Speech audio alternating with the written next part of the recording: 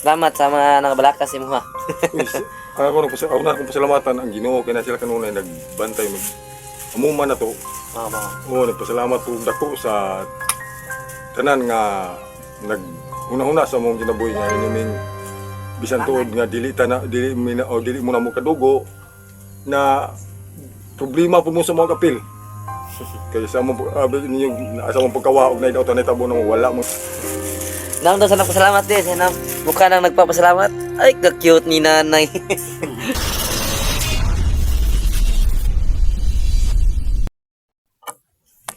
So ayan mga idol, magandang hapon sa inyong lahat. So ngayon nandito na ako sa bahay ng nanay at tatay ko mga ka-idol. So una-una sa lahat, nagpapasalamat ako sa lahat ng sumusuporta sa amin. Huwag niyo sanang kalimutang panoorin yung bawat videos namin mga idol. Magpasalamat ako kasi hindi kayo sasawang panoorin yung mga upload namin. So paki-subscribe na rin mga idol yung channel namin, Prime TV, Jeffries TV, Birdstrike TV, Ranil Adventure at Adventure 05. So ngayon sa tulad ng sabi nyo, hindi ko sana sila i-video mga idol, pero nag-request yung nanay at tatay ko na kailangan daw nilang magpasalamat kasi kahit hindi nyo sila kaano-ano, so malaki yung pasalamat nila kasi nag-alala din kayo sa kanila. So lahat tayo nag-alala sa kanila mga idol dahil bigla silang nawala dito. So nagpunta pala sila kanina sa nung ilang araw sa kanilang mga relatives ba tawag doon? Tama? Yung mga cousin ba? So galing abroad yung cousin niya mga idol. So ayan, pasalamat ako mga idol dahil binigyan siya ng mga konting blessing. So nakabili siya ng konti sa kanyang tindahan. So yung nagbigay sa kanya mga idol is yung kanyang mga cousin na galing abroad. So ayan, malaking pasalamat ko kasi binigyan siya ng kanyang mga cousin.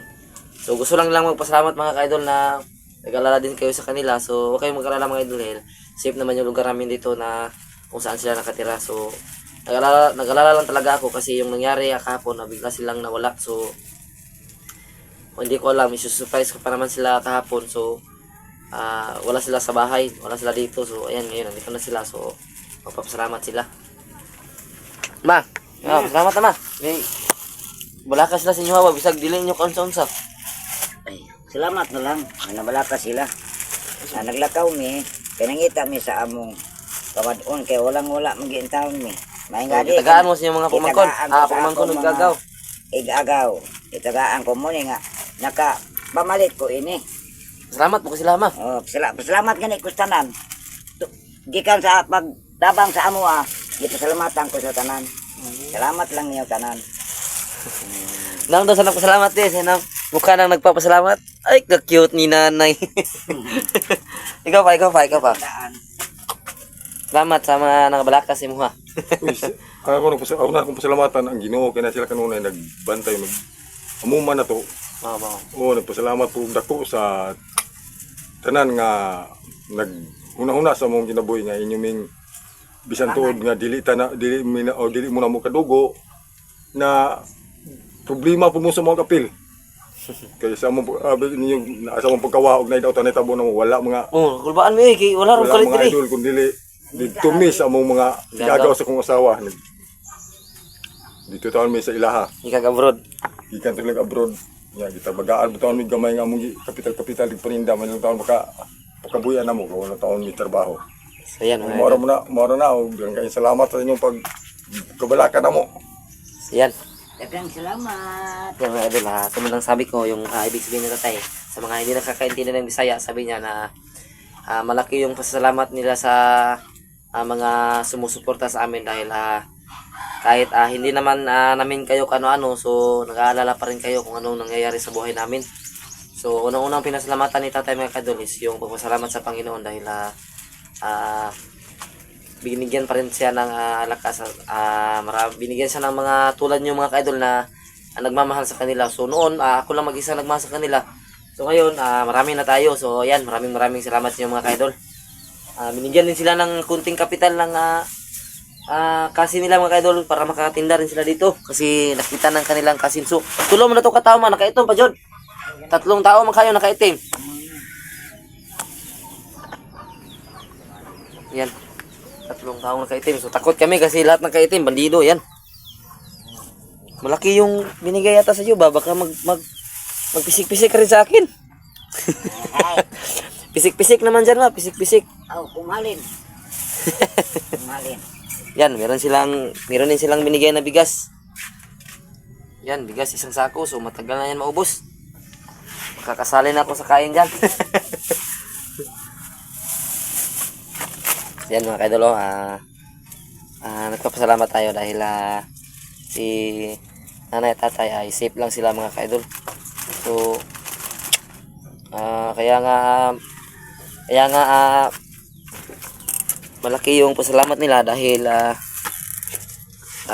kahit ganon masama kami dati, kayong naging dahilan para maging mabuti. So yan, ang salamat talaga sa nanay at tatay. 1 week po dito, sobra mo ba ma? Oo. Wala mo ni balo. Kay plano mi. Wala may makaom. Gani kaya nawag mo sa kuha gahapon. Oo. Ano man kay balo. Karon gahapon palagi mo nakabalo niya na po umuwi na ako dito bago kayo sabi pa nung kapitbahay niyo diyan na Wala ka. sabi pa yung kapitbahay niyo diyan meron daw 3 taong dumating na nakaitim. So kabado kami kasi baka mga bandido 'yun. So mga igagaw pala nimo to. Asa ba tuloy kan ma mga abroad ma?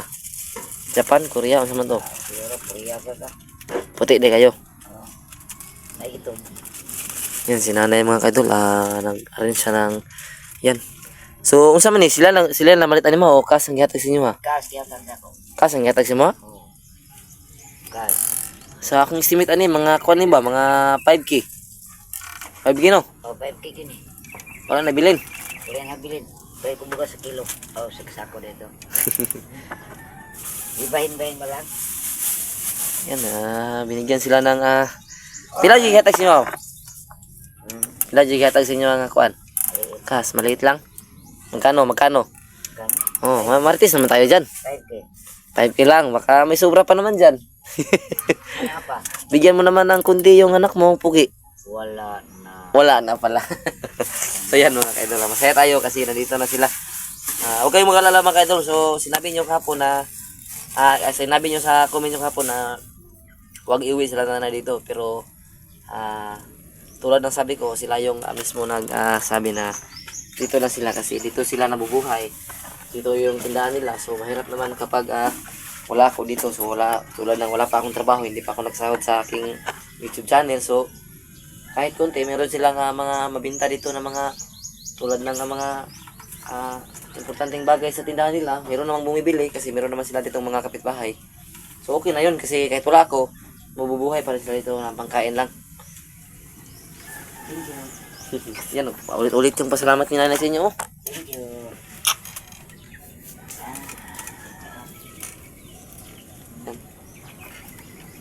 Yung mga kaliro, hinlog yapon.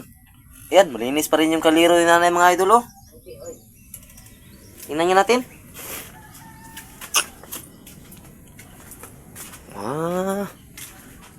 Malinis ang bahay ni nanay palagi ba? Malinis pa rin yung mga kaliro. Wala pa rin itim. So, ang imong kuan pa, ang imong gibati, musta man imong gibati pa? Moro niya ako, may nakala ko. Loro na lang magpalan. Yan po, lagi perminti.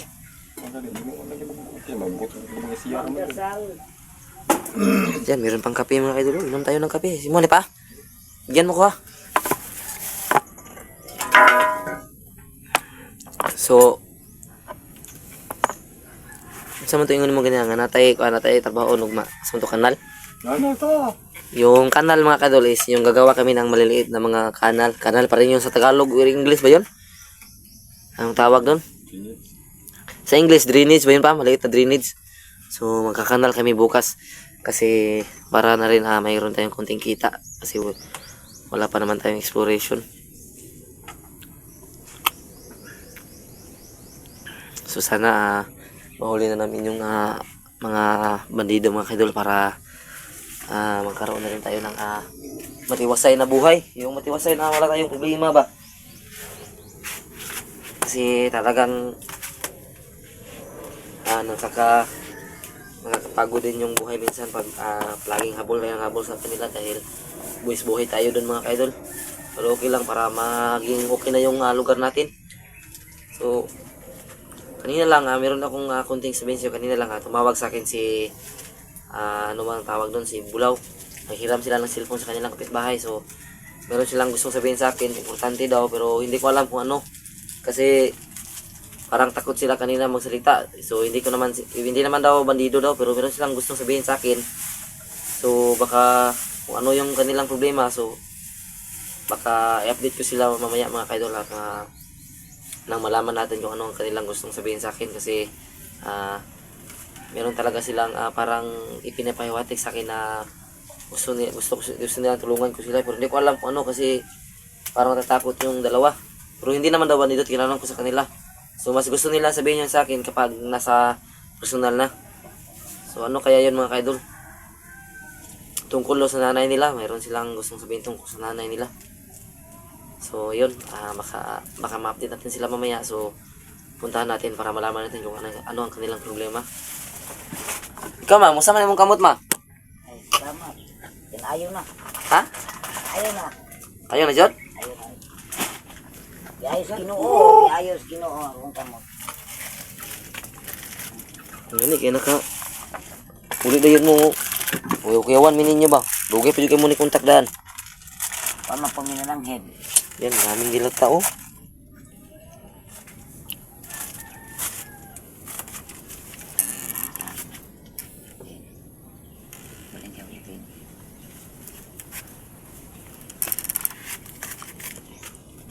Pila po ka kanyo ito ma, pila po daw sila ka semanar sa ilang kan ma. Wala mi kay lalagay itong may gawa ma. Nung balik ko na yun. Motor pala ka pila sa abroad pod. Oo. Yan yung sa asa man to igagaw ma sa mga kanto ma sa mga anong tawag doon sa mga Ibanez Arellano. sa Arellano. Yes. So yan, kung Arellano ka, igagaw tayo kung sino mang nanonood dito. Oo. Arellano. Joe Arellano. So, tulad ng sabi ko mga kaidol, wag kayong mag-alala kasi tulad ng sabi nyo sabi diba sinabi nyo na wag na akong mag-video sa kanila kasi baka masundan sila ng mga bandido. So, kayo mag-alala kasi safe na safe yung lugar na to mga kaidol. Kaya nga ako natakot kapon kasi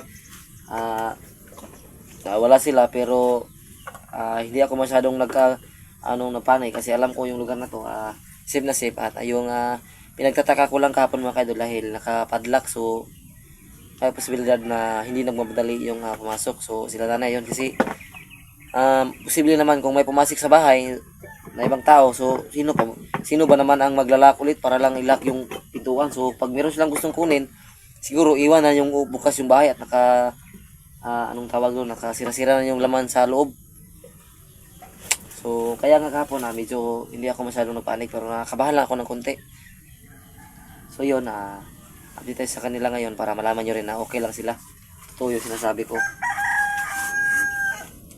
So, meron pa silang blessings sa bating mga kaidol. Ayan, mga tinda nila kanin, bigas, mga pagkain, junk foods, mga dilata. Merong anong tawag dyan? Chohok tung. Yung inuman ko, parang tambal. Oh, tambal sa kabag sa tiyan na. Ang ganda ni nanay ba? Maganda palagi si nanay ba? Tambal po sa kabag sa utak. Salamat, anyo idol. Ako Yan. kamot na ayaw. Kamot ko na, ayaw na. Kantay sa sila, kantay kaisa lang. Kantay ma. Kantay ka ng Bisaya lang ma, Bisaya. Masang bisya man. Pagkaanugon lang. Kapoy pa man. Katong mga alam mo na Bisaya na kanta noon ba? Para kunti lang. Kapoy pa. Kunting pasalamat lang sa kanila. Limutan ko. Meron ka namang mga kanta, maganda. Sila nagre-request na kumanta ka daw ng Bing Rodrigo. Rodrigo. Oh. Ano ba yan? Ano mga kanta ni Bing Rodrigo? Tabas pa. Tabas pa.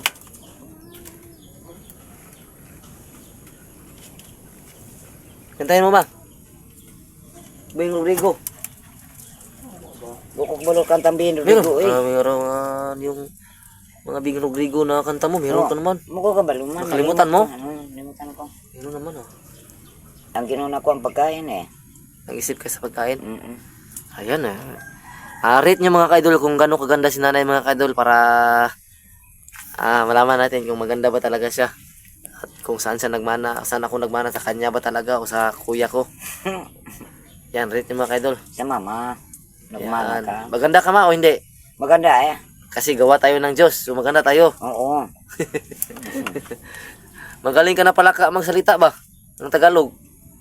Example ng Tagalog sa kanila ng papasalamat. Oh, mahiya man ako ay. Bisaya lang ko. Yan na mga idol ha. Salamat. Nagmamahal. Marami tayong nagmamahal sa kanila. Huwag natin silang i-stress kasi masira yung buti ni nanay pag na-stress. Oh.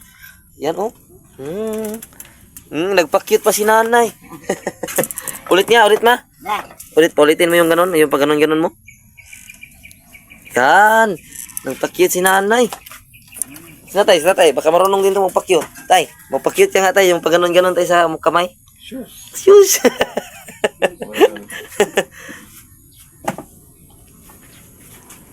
So yan mga idol siguro oh, mag-off na ka na ako ng camera. Magpasalamat ka ma. O salamat ninyo idol. Layo ang kamot ko. Sila mga Sa prayer. inyong pagkabuutan sa amuan. Sa ilang pag-alala po. Salamat po. Salamat ako tanan lagi. Dili na ako litukon. Salamat. God bless you all. God bless you all. Mo English po gamay mo. Di mo ko kulong ini. Di ka balong Kaya Tagalog. God bless you all. Maroon, mahiya talaga sa nanay. Mga idol so kung naisip yung isip niya, sabi niya, mahiya man ako Yun yung ibig sabihin mga idol. Sabot ka na. Yan mga idol huli-huli sa lahat, talagang malaki yung pasasalamat ko sa inyo dahil nagkaroon din tayo ngayon ng takot nung nawala yung nanay at tatay ko kasi wala tayong alam kung saan sila nagpunta. So maraming salamat sa inyong lahat mga ka-idol. So sana suportahan nyo pa rin ako sa aking mga susunod na videos. So hanggang dito na lang tayo mga ka-idol. Shout out sa inyong lahat na sumusuporta sa amin. Sa lahat ng sumusuporta sa amin, maraming salamat sa inyo. So hindi ko na maisa-isa mga ka-idol kasi marami kayong sumusuporta at nagmamahal sa amin. So hanggang dito na lang tayo. God bless you all at I love you all.